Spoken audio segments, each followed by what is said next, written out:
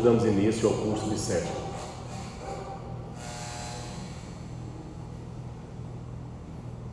Esse curso de sétimo foi trazido por nosso querido Pai Seta Branca no início dos anos 80.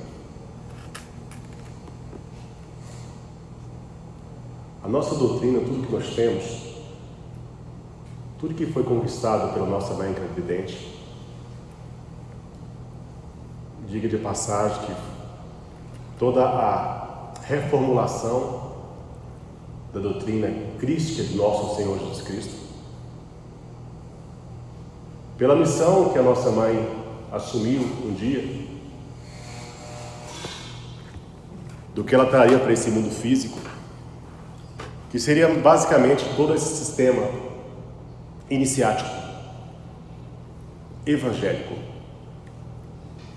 toda essa estrutura chamada mesa evangélica, trono, cura, iniciação e elevação de espada. Dito isso, a missão de nossa mãe clarividente, o que ela assumiu perante a Jesus e a Pai Seta Branca,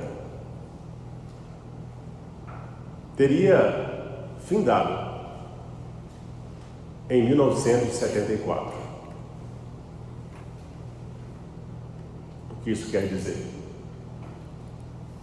Tudo o que veio a partir de 1974 até 1985, 11 anos, veio por acréscimo, veio por conquista, veio por luta, suor, determinação.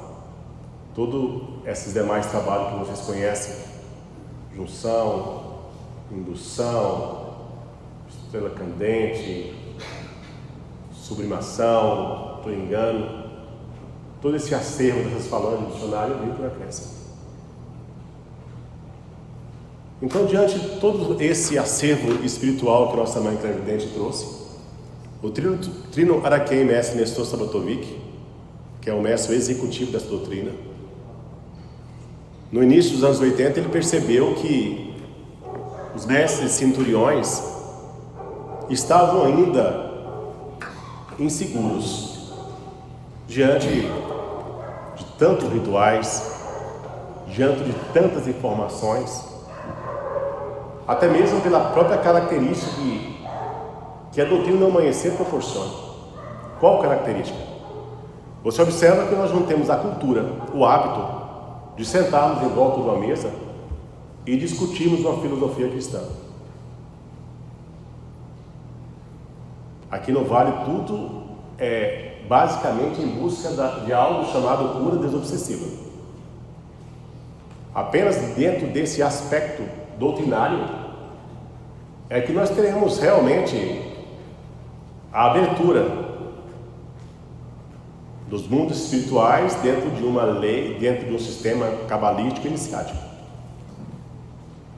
Então, diante dessa percepção do mestre Araquém, ele chegou até nossa mãe clarividente e falou: tia, eu estou percebendo que os mestres centuriões não estão acompanhando, não estão assimilando, não estão alcançando. Eu sugiro, tia, que a gente possa fazer um curso além da centúria, uma preparação maior.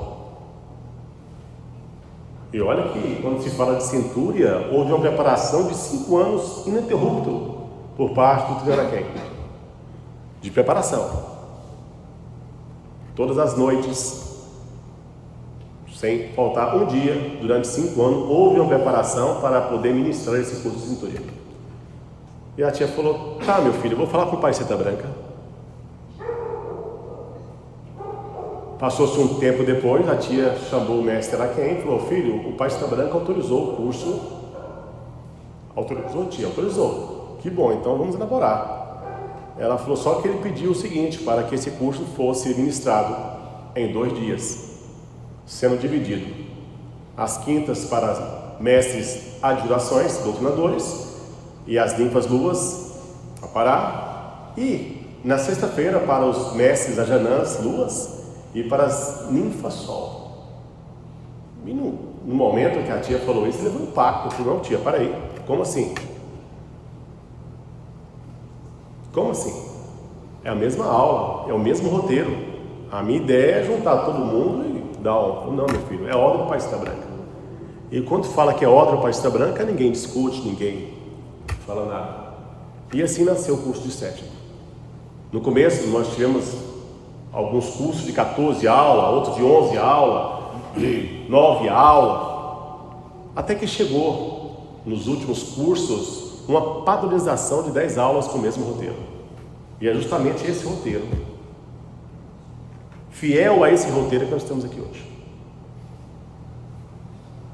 E as recomendações do Pai Seta Branca e do Pai Júnior Noca foram além dos dias que deveria ser aplicado. Se diz primeiramente respeito à quantidade de falta que vocês podem ter. Porque existe a falta, ela tem um aspecto kármico. Um aspecto kármico também. Porque estar aqui não é você querer. Eu estou aqui porque eu... Não, meu irmão. Para estar aqui é preciso conquistar o direito. As pessoas confundem muito esse aspecto. Falam assim, quem está aqui é quem merece. O sol escolhe a pessoa para merecer? Escolhe. Amanhã ele vai nascer só para quem merece? Então estar aqui hoje, meus irmãos, é algo chamado conquista. Foi através do esforço de cada um que foi possível facultar o Senhor chegar até aqui. Então não é um curso fácil. Vai custar muito para vocês. Eu digo, não é custar. Quando eu falo custar, porque muitos estão vindo de longe, de outras cidades, estão tendo gasto financeiro, estão dia de sexta-feira, depois de uma semana lotada de serviço, 9 horas aqui sentados aguardando uma palestra. Então observa que nós temos todo esse gasto na esfera física. Imagina a esfera espiritual, a quantidade de mentores que não querem que vocês estejam aqui. Mas não é pelo que eu vou dizer, é pelo que vocês vão receber. As vossas mentes, meus irmãos, vocês vão perceber que vai se abrir. Muitas coisas que eram limitações para os senhores vão começar a ter um significado, a ter uma importância, vão se abrir.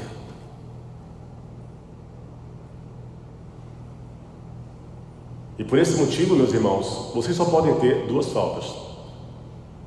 É um processo. Cada aula, o seu sistema chácrico, ele se abre. Cada aula, você recebe mantras, forças, e automaticamente, através da sua condição mediúnica, essas forças são manipuladas e transformadas. Ganha vida, ganha forma, ganha indução, ganha explicação. Você se torna uma pessoa um pouco mais gabaritada. E aí, meus irmãos, não adianta você vir aqui e falar, não, eu faltei porque aconteceu uma fatalidade, eu faltei. Não importa, isso aí para mim não tem explicação. Porque não é decisão minha, não cabe a mim, não cabe ao presidente, não cabe nem mesmo a tia Neiva se tivesse encarnada. Já é a ordem de Pai João e Pai Seta Branca. Então veja que nós temos toda essa preocupação com essa responsabilidade que nós outros não temos. No mais, meus irmãos, vamos aproveitar essa oportunidade. Aproveite as energias que vão chegar até vocês.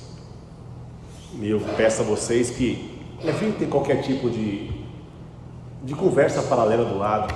Por mais que o assunto seja discutível, não converse com alguém do lado. Evite o máximo possível levantar e tomar água, ou levantar. Quando você levanta, você atrapalha não a mim, atrapalha o seu vizinho. Então peço aos senhores que o ideal, antes dessa aula, chega um pouquinho mais cedo. Se possível, venha fazer a última escalada, faça um retiro. É só uma vez que vai ter esse curso, meus irmãos, para vocês. Então tente realmente se preparar para o dia. Leva água para vocês, entendeu? Vão no banheiro um pouquinho antes e sentem e se harmonizem. Tá bem? Né? Evitem o máximo possível se levantar. Durante a aula, evitem, realmente não tem perguntas durante a aula. No final da aula, eu abro uma exceção e vocês podem perguntar sobre o que eu disse, sobre o roteiro, sobre essa ideia. Evitem, para não atrair vibrações para vocês, qualquer tipo de testemunho. Mestre, aí eu estava na minha casa, sonhei com sei lá o quê, e aí assim, assado. Então as pessoas não querem saber o que você acha. Vocês podem ficar tranquilos, qualquer assunto que você queira testemunhar, eu estou aqui no final da aula, você pode vir aqui que eu converso com vocês. Tá? Não atrai vibração para vocês não. As perguntas só dentro daquilo que vocês querem perguntar. Não vai tentar redirecionar a aula para vocês, tá bem? É uma coisa mais objetiva, que aqui nós lidamos com energias. Então vão poder fazer pergunta no final. Caso vocês se sintam incomodados em perguntar, se sintam envergonhados, faça a nota no papel. Vocês podem trazer papel, caneta, anotar, podem gravar a aula se quiser. Anotem a pergunta. Ou se na sua casa, durante a semana, o mestre falou isso, será que é assim mesmo? Não entendi. Anotem, na outra aula, deixa aqui em cima que antes de eu começar a segunda aula, eu tento responder aquilo que for possível, aquilo que o céu nos permitir. Tá bem? Vamos ouvir aqui umas 2 emissões e dar abertura do trabalho. A aula tem uma duração de 1h30, 1h20. Hoje, por ser a primeira aula, ela vai um pouquinho além, porque eu tive que explicar isso aos senhores. Então, supostamente, vamos colocar que a aula, do tempo que eu comecei a falar até o final, vai em torno de 2 horas. Mas o normal é que a aula dure 1h20. Eu vou ler 2 cartas, uma carta no início e uma carta no final. Hoje, excepcionalmente, a primeira aula tem 2 cartas. As demais aulas só tem uma carta. Só que tem cartas aí que tem 14 páginas. É preciso, faz parte da cultura desse trabalho, ser lida. Porque essa carta ela é atemporal. A cada quadro espiritual que você se encontre, ela vai ter uma explicação para a sua vida. Então é preciso que você ouça, me acompanhe e tenta se identificar com isso. Tá bem? Salve Deus! Vou pedir ao mestre tutor aqui do Manaus, né? Pará. Do Pará, que faça essa emissão, o seu canto, em seguida o mestre do vice-presidente. Salve Deus!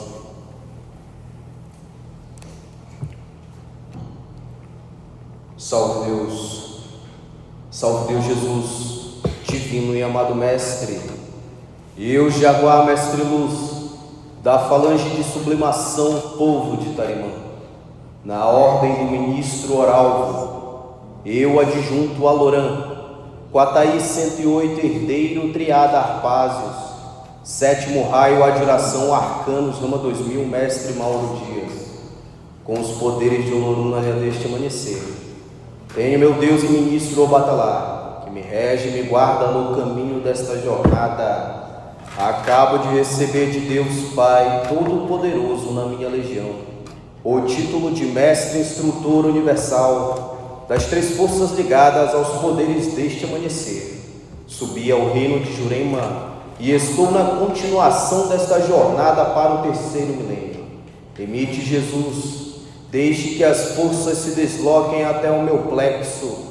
Sou um cavaleiro verde, cavaleiro especial. Venho na força decrescente do 1º cavaleiro da lança Fézio Verde Randier, // reino central, turno do Vale, na esperança de alimentar meu sol interior, na grandeza que me fez cavaleiro do turno a Jouros, partirei nos 3 reinos de minha natureza com /0 do meu 3º sétimo, no 5º ciclo iniciático seguirei sempre com /0 /X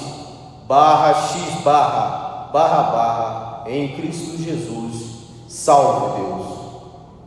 Ó Jesus, esta é a hora precisa da individualidade. Eu sou aquele cavaleiro especial que um dia tombou pela força irredutível do meu triste pensamento.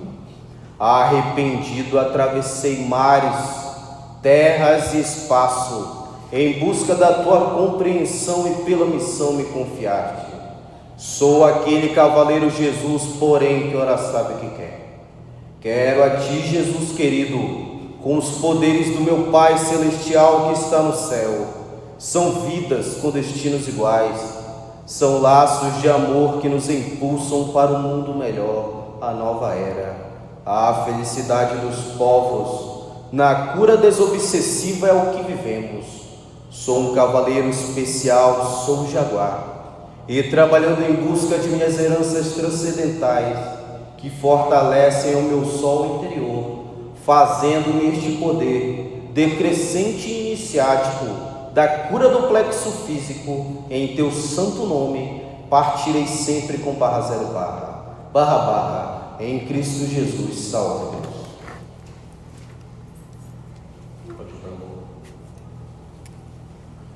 Jesus divino, amado Mestre, eu já guardo esse luz da falando de redenção do povo de Epimagia, na ordem do início do Maria.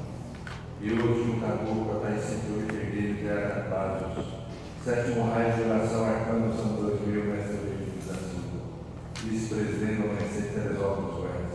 Com os poderes de Olodum na minha deixa amanhecer. Em meu Deus, ministro Batalá, que me rege e me guarda no caminho desta jornada. Acabo de receber de Deus Pai Todo-Poderoso na minha legião o título de Mestre Instrutor Universal das três forças ligadas aos poderes deste amanhecer. Subi ao reino de Jurema e estou na continuação dessa jornada para o terceiro milênio. Permite, Jesus, desde que as forças se desloquem até meu plexo, sou o cavaleiro verde com a ordem especial. Venho na força decrescente do primeiro cavaleiro da lança ferrando verde randier, barra barra, reino central do rei, na esperança de alimentar o meu sol interior, na grandeza que me fez cavaleiro do tornadouros. Partilhei os três reinos de minha natureza com barra zero barra. No meu terceiro sétimo, no quinto ciclo iniciático, seguirei sempre. Com barra zero, barra x, barra barra em Cristo Jesus. Salve. Ó Jesus, essa hora precisa da individualidade. Eu sou aquele cavaleiro especial que um dia tombou pela força produtiva do meu triste pensar. Arrependido, atravessei mares, terra e espaço, em busca da tua compreensão e pela missão me confiaste. Sou aquele cavaleiro de Jesus, porém que ora sabe o que quer. Quero a ti, Jesus querido, com os poderes de meu Pai Celestial que estás no céu. São vidas com destinos iguais, são laços de amor, que nos impulsam para um mundo melhor e nova era. A felicidade dos povos, na cura das obsessíveis que vivemos. Sou um cavaleiro especial, sou Jagal, trabalhando em busca de minhas heranças transcendentais, que fortalece o meu sol interior, fazendo este poder crescente iniciático da cura do plexo físico. E em teu santo nome, partirei sempre com barra zero barra em Cristo Jesus. Salve. Ó Jesus, eu já guardo essa luz da falando de sublimação ao povo de Abaí, na ordem do ministro Aglônio, na regência do Dino Ajarão. Eu adjunto a Gácia, Ataí sempre eu guerreiro Pinha das Partes, sétimo raio uma geração, Arcanos Amadoizinho, Messi, Agaí, Plácido. Com os poderes de Olodum, na linha deste amanhecer, tenho meu Deus e o ministro Batalá, que me rege e que me guarda no caminho dessa jornada. Acabo de receber de Deus Pai Todo-Poderoso na minha legião o título de Mestre Instrutor Universal das três forças ligadas aos poderes deste amanhecer. Sob o reino do Lema, estou na continuação dessa jornada para o terceiro milênio. Permite, Jesus, desde que as forças se desloquem até o meu plexo, ou um cavaleiro verde, um cavaleiro especial. Viu na força decrescente do primeiro cavaleiro da lança pensa verde randier, barra reino central, turno do lar, na esperança de alimentar o meu sol interior e da grandeza que me fez cavaleiro do turno de ouros. Partirei nos três reinos da minha natureza, com barra zero barra do meu terceiro sétimo, do quinto ciclo iniciático, eu seguirei sempre, com barra zero barra, em Cristo Jesus. Ó Jesus, essa senhora precisa da individualidade.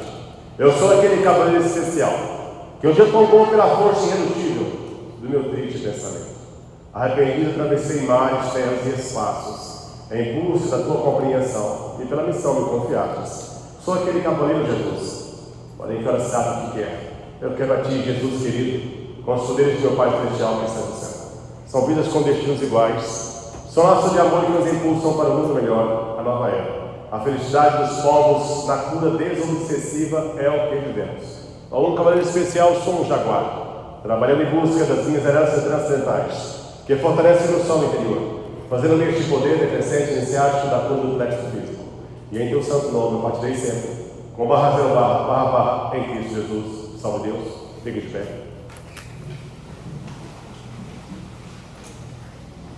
Vamos fazer a prece do Senhor. Ó Senhor do Grande Oriente de Oxalá, no mundo encantado dos Himalaias, faze a minha preparação, ilumina meu espírito, para que eu possa partir sem receio no avanço final de uma nova era. Faz em mim a verdadeira força do Jaguar. Ó Senhor dos mundos encantados, em breve estarei sobre o leito, e Jesus, o sol da vida, transmitirá por mim os mantras poderosos para a libertação dos vales da compreensão. Ó Senhor, partirei contigo e nada. Em nome do Pai, do Filho e do Espírito Santo.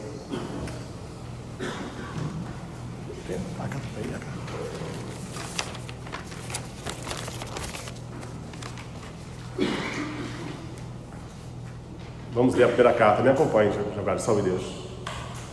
Vale do Amanhecer, 31 de dezembro de 1972. Salve Deus. Ao despedirmos do ano de 1972, devo antes esclarecer-vos que a humildade e a perseverança dos vossos espíritos conduzirão-me ao mais alto pedestal de forças básicas que realizou esta corporação. Deveis saber, filhos, da nossa finalidade dessa mensagem, que trazei dos vossos antepassados a este planeta em desenvolvimento. Assumistes o compromisso desta era e, portanto, tereis que cumpri-lo, confirmando em cada coração o espírito da verdade, na missão designada do terceiro milênio. Filhos, voltemos a 1959, quando geograficamente distribuí vossas jornadas às árduas estradas que os conduzirão até 1972 e os conduzirão a 1984, onde as grandes dores só encontrarão alívio nos simples olhares extraídos dos vossos corações. Será então que a luz candente programará que é chegada a hora. Então o homem desalinhado vagará na escuridão e beijará os vossos pés, sangrentos da caminhada para encontrar. E vós, filhos meus, luminosos, atravessareis as densas nuvens que irão desabafar na sua própria impregnação mediúnica, pois o homem jamais edificará sobre os seus próprios escombros. O céu e a terra passarão, mas não passarão as minhas palavras, disse Jesus. E então que o Espírito Consolador exigirá o vosso compromisso ao socorro final. Que será o homem sem o Espírito Consolador, vendo suas grandezas e seus tesouros submergirem no alvo oceano, quando as bases frágeis das montanhas de gelo cederem, e ao se transformarem em água, liberarem os pequenos seres que trarão a luta, e só serão vencidos pelos vossos conhecimentos científicos. Filhos meus, quem dirá o homem esclarecido, quando os grandes aparelhos começarem a surgir do céu? O trabalho incessante vos livrará das dores. Jesus prescreverá vossos restos kármicos. É melhor cumprirei esta missão simétrica. Essa faixa que atravessais no peito, da cura e do conhecimento, simboliza o Cristo na sua caminhada, fronteira vivida na técnica da salvação. Salve Deus, que assim sereis conhecidos em todo o universo. 1972 sairá do calendário e ficará marcado em vossos corações pelas cicatrizes que deixará. Após esta partida, viveremos o bem-aventurado 1973, que cautelosamente vos afagará, com o compromisso de aquecer as vossas noites frias. Salve Deus, Filho. Ou 1973, Santa Branca.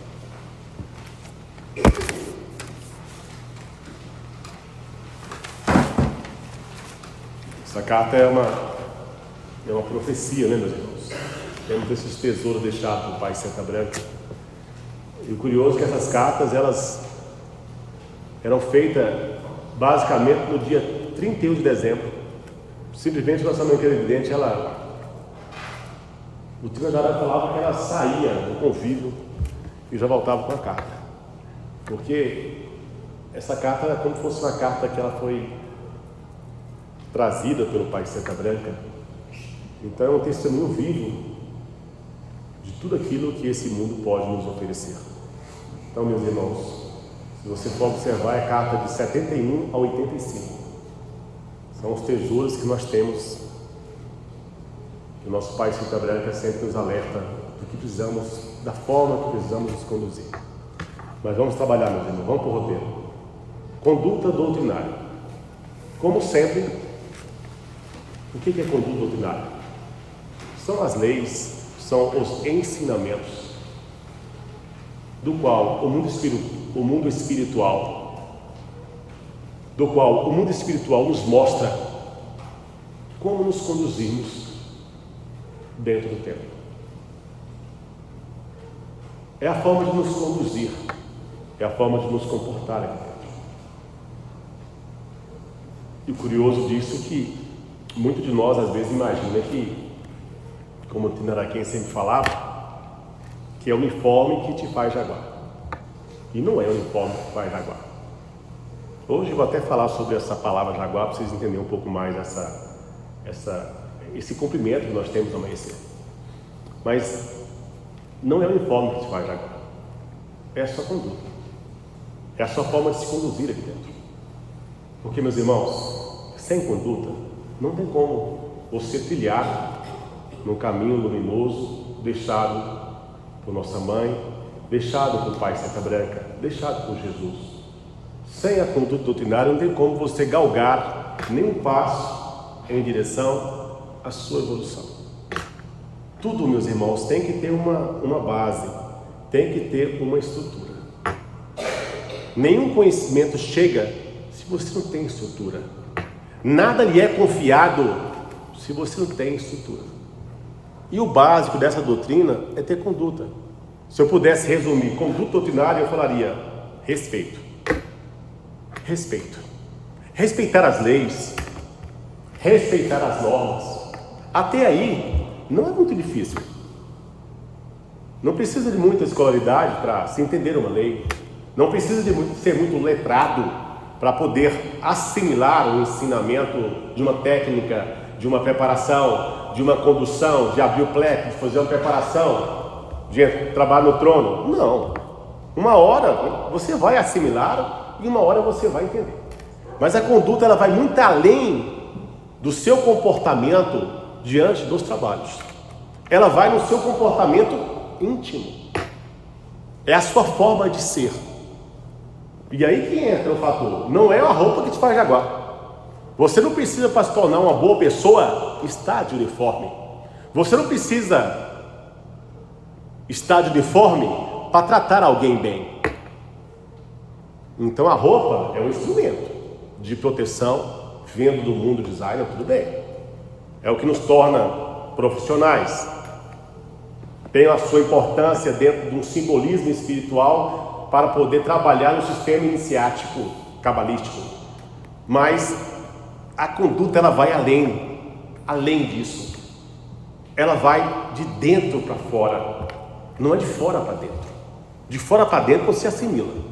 O difícil da conduta é o seu comportamento de dentro para fora. É como você respeitar as pessoas. É como você tratar as pessoas. E principalmente quando as pessoas não te tratam bem.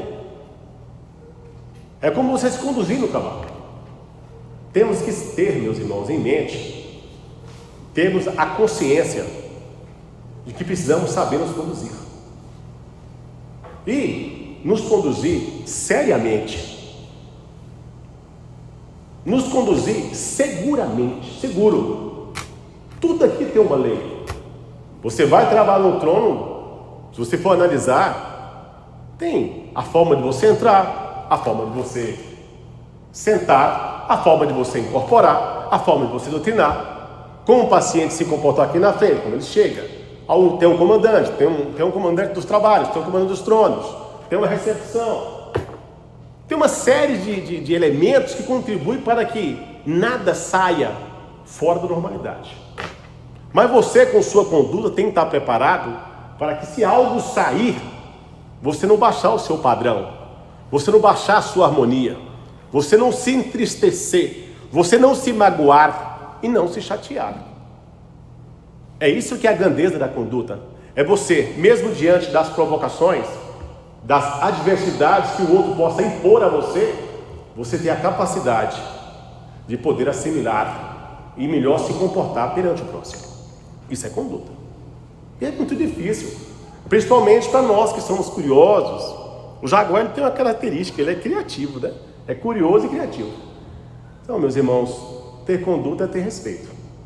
Então, não corrija ninguém, não chame a atenção de ninguém, preocupe muito com o seu trabalho, preocupe muito com o que está à sua volta, dentro da sua responsabilidade. Eu me preocupava muito com os trabalhos antigamente, sabe? Eu vejo que mestre chega na mesa e começa a contar para ver se a mesa está certa, se foi colocada corretamente, porque se estiver fora da contagem eu vou embora, eu não faço trabalho errado, está certo. Eu tinha essa dúvida na minha cabeça, por muito tempo eu fiquei com essa dúvida. Peraí, mas o Nestor falou, o Tino era quem falou, se um trabalho estiver errado, está gravado. Se o trabalho estiver errado, meu irmão, vira as costas e vai embora. E eu ficava preocupado porque, HI, você já comandou oráculo? Não. Nunca comandei oráculo. HI, você já comandou um sandália de trono? Não. Nunca comandei. Você já coordenou um turingano? Não. Já coordenou sublimação? Também não. Tá, e como é que eu vou saber se o trabalho está certo ou está errado? Não é isso? E então eu me preocupei com isso. Falei, então eu vou ter que aprender a turingano, a sublimação, oráculo, cruz do caminho, sandai, cura iniciática. Começou a me perturbar isso. E eu tive a oportunidade de perguntar para o Trino, mas Trino, na intimidade, falei, Trino, quer dizer então se o trabalho estiver errado, eu tenho que ir embora? Ele falou, tem. Se o trabalho estiver errado, tem que ir embora. Eu não conheço todo o trabalho, é impossível conhecer os trabalhos. Eu vou chegar lá, eu vou perder a sintonia. Se eu chegar no oráculo, querer contar quem está lá, se as níveis estão corretas, se estão posicionadas, se tem sal, se tem perfume, se tem mestre para incorporar, eu não sei. Ele falou, aí que está. Quando você chega no trabalho e você se preocupa com algo que está além da sua responsabilidade, qual linha você se encontra? Em qual grau de comportamento você se encontra? Aí você tem que ir embora. Você não está com sintonia do trabalho. Você está ali como um vigia, como investigador, como uma pessoa para colocar alguém na lei. Então observa que é muito sutil essa parte. Você tem que se preocupar com o seu trabalho. Você não tem que se preocupar com o trabalho dos outros. Se você faz parte do trono, você controla o trono, controla a mesa. Você não tem que chegar na mesa evangélica e preocupar se vai dar ímpar, se vai dar par. Você tem que chegar lá e fazer o que como parar? Sentar e se harmonizar. Como doutrinador, buscar a sua entidade. E assim, meus irmãos, o trabalho vai acontecendo. Se alguém conduzir erradamente, alguém vai ser responsável. Isso é claro. Agora, a partir do momento que você detecta errado, aí você não pode participar. Porque você está conivente com aquilo. Então, tudo depende da sua sintonia com o trabalho. E quando você faz isso, meus irmãos, você vai aprender uma técnica de sair do trabalho toda vez melhor. Quantas vezes os senhores aqui já saem desse trabalho pesado, amargurado, chateado, revoltado? É errado. Eu vou falar com o presidente, eu vou falar com o fulano, eu vou falar com o Beltrano. Está errado. Você viu o que o fulano fez? É um absurdo, né? E às vezes, meus irmãos, você busca algo que não está na sua responsabilidade. Você atrai para você uma corrente negativa, uma força esparsa e desequilibra. Muitas das vezes acontece do mestre, ele sai tão revoltado aqui de dentro que nunca mais volta. Ele pega uma corrente esparsa e não passa por nada nesse mundo. Nada faz passar a corrente dele. Por um simples ato de julgamento. E observa que ele estava certo. Aquele fulano não poderia ter aberto o trono sem camisa. Ele não está certo? Não está certo. Mas a partir do momento que ele se preocupa, ele passa, ele baixa o padrão, ele desarmoniza, ele sai da sintonia, ele perde o contato. Você tem que saber o que lhe rege, meus irmãos. Você tem que agir dentro do que está ao seu alcance, dentro daquilo que você se propôs a fazer. Quando você age fiscalizando, você tem um sério risco de baixar o seu padrão. E aí, meus irmãos, quando baixa, eles batem sem dó e sem piedade. Então, isso também é ter conduta. Salve Deus.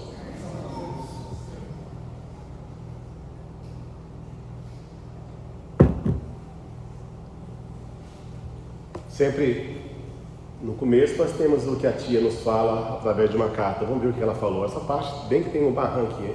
Ela, tia Neiva no barranco. Vamos lá. Saiba, filho, que quando somos acessíveis, a todos emitimos raio de luz e amor. Filho, o teu progresso está no teu coração. Agora, o tempo está curto. Veja a inquietação que está crescendo em todo o universo. Filho, antes de semear, temos que provar que somos humildes, mesmo sendo abnegados como somos. Aprenda a discernir sempre entre o bem e o mal. Quando o homem retorna aos planos espirituais, é interrogado para prestar conta do tempo passado na terra e as suas possibilidades. Tia Neiva. Meus irmãos, o que a tia Neiva nos orienta sobre isso? Você observa que nós temos que primeiramente nos prepararmos. E como você se prepara, meus irmãos? Como que a gente nos torna acessíveis? Você se torna acessível sendo duro? Sendo ríspido? Você se torna acessível, meus irmãos, quando a acessibilidade, ela vem não só do aspecto físico, ela vem do aspecto espiritual. Todos nós temos um sol interior. Ele brilha simetricamente. É como se fosse uma áurea. Ele irradia. Tudo depende da sua acessibilidade. Como assim, essa daí? Eu tenho que ser acessível? Sim. Para você manter um contato com o mundo espiritual, com quem lhe rege, com quem lhe governa, com quem lhe dirige, com quem lhe guia, você precisa ser acessível. E como você se torna acessível? Abrindo a sua mente, abrindo o seu coração. Como nossa mãe falando aqui, temos que ser abnegados, temos que ser humildes. Ser humilde. Essa palavra ser humilde ela é muito confundida com a ser pobre, a ser carente, a ser coitado, a ser vítima. Não. A humildade ela vem do aspecto de aceitação. É você aprender a aceitar o próximo. Quando você aceita o próximo que te faz bem, o próximo que traz amor, o próximo que te traz harmonia, o próximo que te ofende, o próximo que não gosta de você, o próximo. Quando você é acessível ao próximo, você é acessível também a quem? A Deus, aos mundos espirituais. E quanto mais acessível você se torna, mais luminoso fica o seu sol, mais irradiante fica você, mais tranquilo fica o seu comportamento, mais fáceis fica a sua vida, no sentido de aceitar. Eu queria muito aquele emprego, não deu certo, vou conseguir um melhor. Olha só, o que você está irradiando? Pensamentos positivos, atitudes positivas, acreditando em você, no seu potencial. Ou seja, como a nossa mãe falou aqui, aprender a discernir sempre entre o bem e o mal. O que é discernir entre o bem e o mal? Você não pode confundir ser humilde com ser, digamos, humilhado. Humilhado no sentido de quê? Não é de afrontar, é de aceitar. E a tia Neiva finaliza com uma colocação muito precisa aqui, ó. Quando o homem retorna aos planos espirituais, é interrogado para prestar contas. Isso é o fundamental. Por quê, meus irmãos? Nós estamos aqui porque nós temos, meus irmãos, algo a cumprir. Estamos aqui porque deixamos de fazer algo. Só voltamos aqui porque não, em várias vezes, por sinal 19 a 21 vezes, nós não conseguimos nos encontrar conosco mesmos. Nós não conseguimos encontrar o caminho de volta para o nosso lar. Não conseguimos. Magoamos, decepcionamos, iludimos, enganamos. Buscamos pelo poder, pela vaidade, pela cobiça. Sempre. Então estamos aqui hoje para nos evoluirmos. Estamos aqui para pagar com amor aquilo que nós destruímos por não sabermos amar. E quando nós estamos no mundo espiritual, no mundo de Deus Pai Todo-Poderoso, redimidos, redimidos. Nós entramos dentro de um planejamento de uma encarnação, dentro de um processo transitório, perecível, que é uma encarnação, com uma duração, porque ela tem uma duração, a encarnação. Você nasce, desenvolve e morre. Então ela é perecível, ela é transcendente, ela transcende uma vida, ela transcende uma personalidade, uma identidade de quem você é, de onde você nasceu, quem é seu pai, quem é sua mãe. Essa identidade que você tem, essa é a sua personalidade. Então, para isso é feito um planejamento, é feito um programa espiritual. E dentro desse programa espiritual, lhe é facultado a ingressar nessa escola chamada Terra, que aqui é uma escola. É algo chamado escola da vida, ou não é? Concorda que é uma escola? É uma escola. Vocês estão fazendo o que aqui hoje? Supostamente absorvendo, se desenvolvendo, aprendendo alguma coisa. Não é do que eu estou falando, é que o mundo espiritual está colocando na mente de vocês. Não é isso? Para quê? Para quando for amanhã, depois da manhã, quando alguém vai fazer o que é com vocês? Vai aplicar o quê? Lá na escola, quando vocês ficam lá estudando 1 mês, 2 meses, eles passam matéria ou não?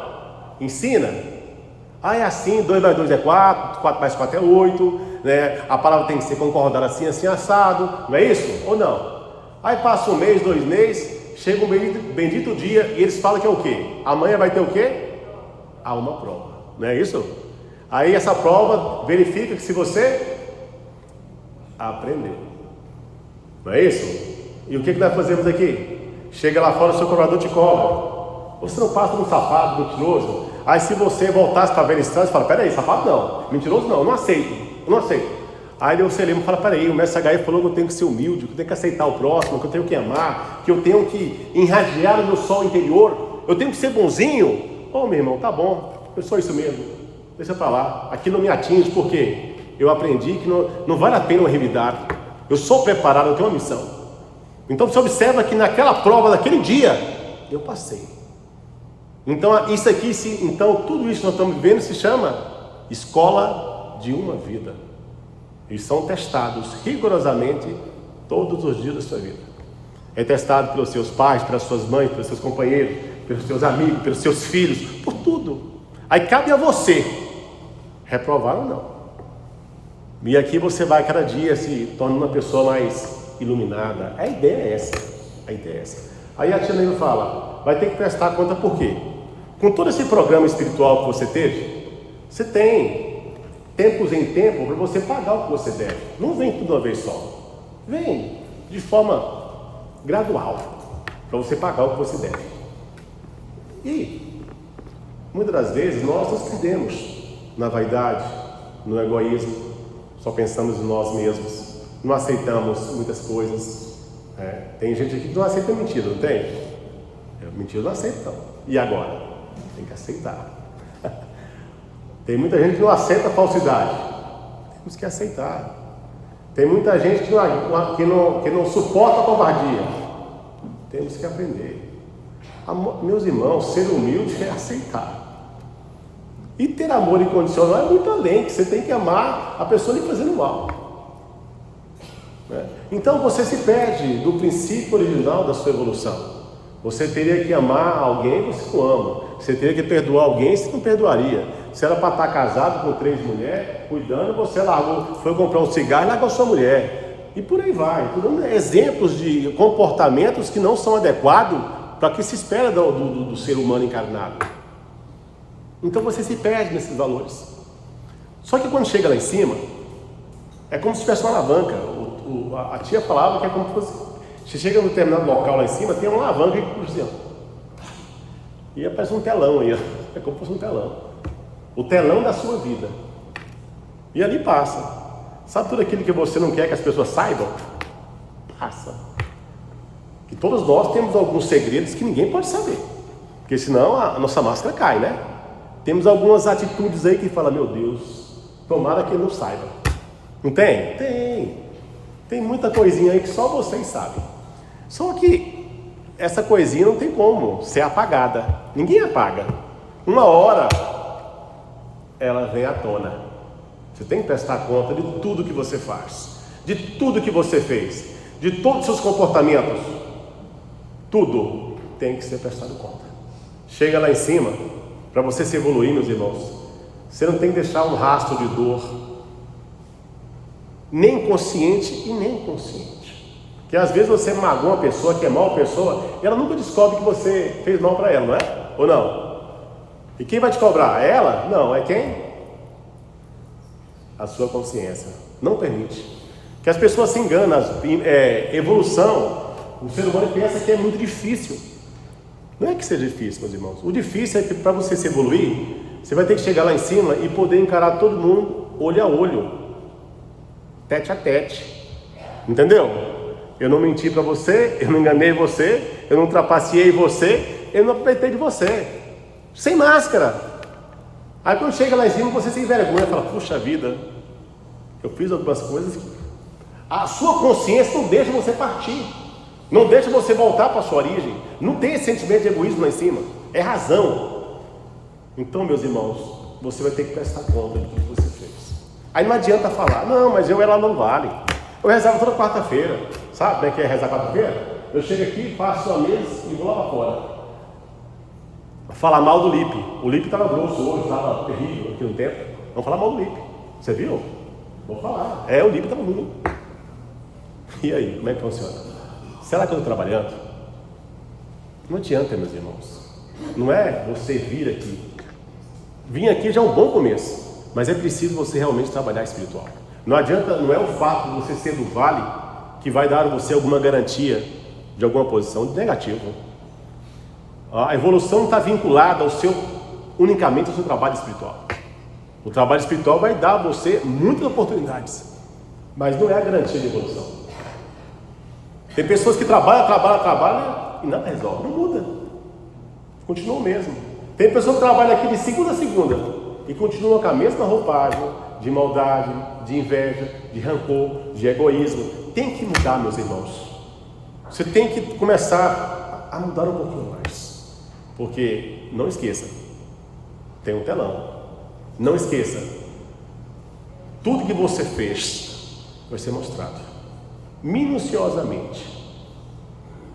Sabe para quem? Para quem foi ofendido, para quem foi enganado, para quem foi trapaceado, para quem você mentiu. Entendeu? Salve Deus.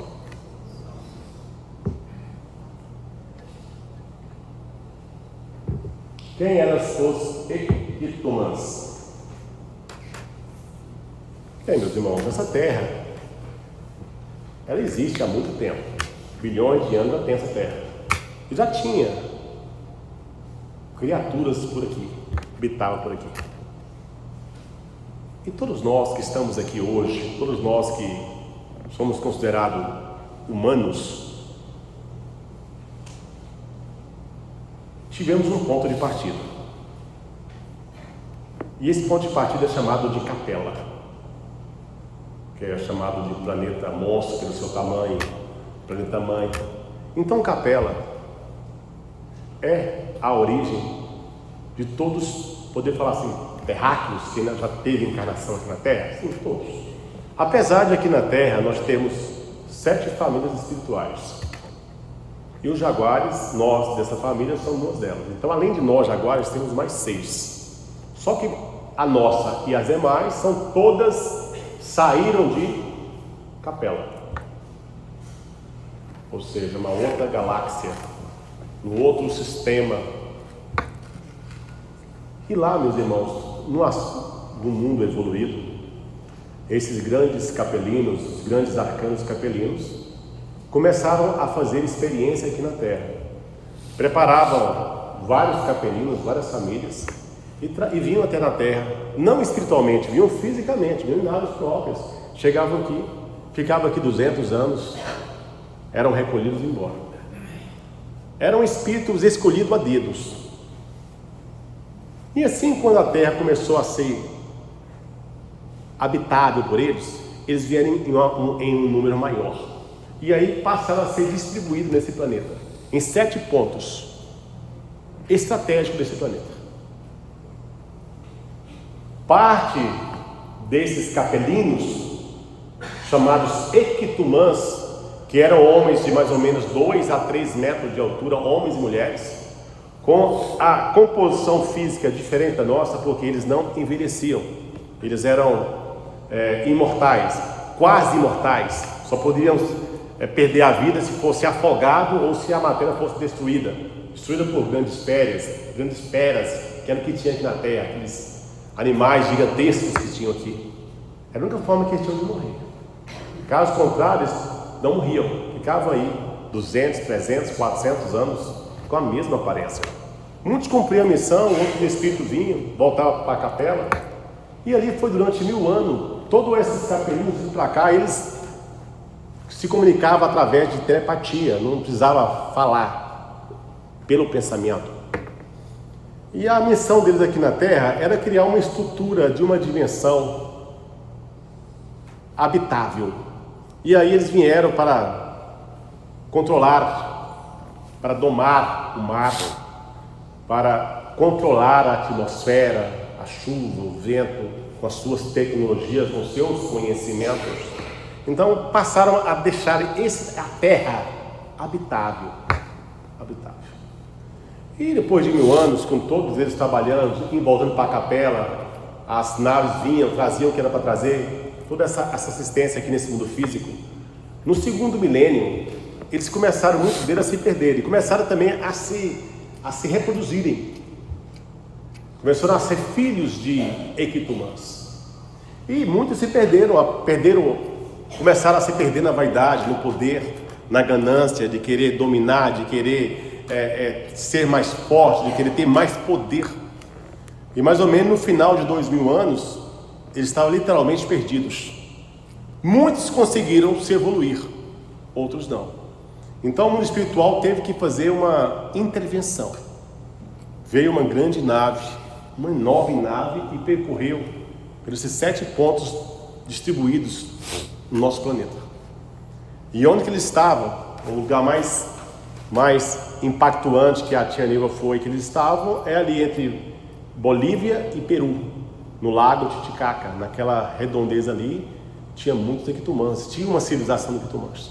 Então, a tia falava que a manto de Saela, que a terra, nesses locais, a terra meio que abriu, como se criasse um grande buraco, e esses equitumãs fossem esmagados, fossem destruídos, foram enterrados. Todos eles, não ficou um equitumã. E esse episódio ficou conhecido como uma lágrima da estrela candente. Todos os equitumãs foram dizimados aqui na Terra. Passou-se um tempo depois, mais uma vez, voltou mais uma vez os capelinos, dessa vez com 800 homens, 800 espíritos, 800 capelinos muito bem preparados, que já tinham estado aqui na Terra. Mais uma vez eles foram distribuídos em 7 pontos, né? Na Índia, na África, no Alasca, no Iraque, no Peru, entre o Peru e a Bolívia, em 7 pontos. Num local muito grandioso, muito grande. E ali, só que ele veio e começou a vir de forma hierárquica. Vinha cada um desses continentes, existia um orixá. Um orixá é uma divindade, é um intermediário entre o céu e a terra. Então era chamado de orixá. E desse orixá, além dele, existia mais 7 pequenos orixás. E aí começou essa ideia da hierarquia dali, dos equitumãs. E ali, meus irmãos, deles começaram a vir os seus descendentes, ao ponto que em 25.000 anos atrás, ou seja, 5.000 anos após a primeira estadia dos equitumãs aqui, aí já veio um outro tipo de capelinos, os chamados de Tumuxi, que ficaram muito sediados naquela região do Machu Picchu. E esses Tumuxi já eram diferentes dos equitumãs. Por quê? Eles viviam no máximo 200 anos, eram homens e mulheres que tinham eram ciências, eram artesãos, conseguiam transformar a areia em pedra, conseguiam construir aquelas grandes pirâmides, que na verdade aquelas pirâmides Até hoje se estuda como foi feita, para que foi feita, tem toda uma religiosidade em cima disso. Mas na verdade essas pirâmides são verdadeiras usinas energéticas para abastecer o planeta. Tudo que nós temos de energia nesse planeta sai dessas pirâmides. Então esses equitumãs, os equitumãs, Tumuxi, foram fundamentais. Os equitumãs para povoar, para distribuir a terra, as montanhas, os mares, para controlar, para eliminar as grandes esferas. Os Tumuxi para trazer todo esse sistema energético que nós temos, todos os planetas, veio dos Tumuxis. E aqui no Brasil, sendo esse celeiro, até hoje, meus irmãos, pelos Tumuxis, os descendentes dos Tumuxis, foram chamados os índios foram descendentes dos Tumuxis, os hititas foram descendentes, os incas foram descendentes. Observe, foram criando tribos descendentes, filhos dos equitumãs. Foi aí que nasceu essa palavra, a pergunta aí, porque somos chamados de jaguares. O que aconteceu? Esse grande Tumuxi, quando ele chegou aqui na Terra, esse grande líder, esse grande que era o pai Seta Branca, que foi o mesmo que conduziu aquela nave Estrela Cadente que sucumbiu os equitumãs, quem veio na figura do grande Tumuxi foi o pai Seta Branca. Então, os andinos, os iditas e os índios começaram a chamar esse chefe Tumuxi de jaguar. Jaguar, ele vem da língua Quixuá, que significa luta, significa sangue, significa batalha. Fazendo uma comparação de um felino, fazendo uma comparação de uma pantera, de uma onça. Como é que faz uma onça? Ela não mata a sua presa e bebe o seu sangue? Então eles enxergavam naquele orixá um líder poderoso, um líder lutador. Então por isso que nós somos chamados de jaguares, por esse espírito aguerridos, de luta, de devoção, de perseverança, de guerreiro. Por isso que o nome jaguar vem dessa linhagem. Tá? Salve Deus! O curioso é que desses descendentes, até hoje aqui no Brasil nós temos, os equitumãs, eles tinham a língua própria deles. E na costa leste do Brasil existe ainda índios que até hoje falam com os equitumãs, até hoje tem contato direto com os capelinos.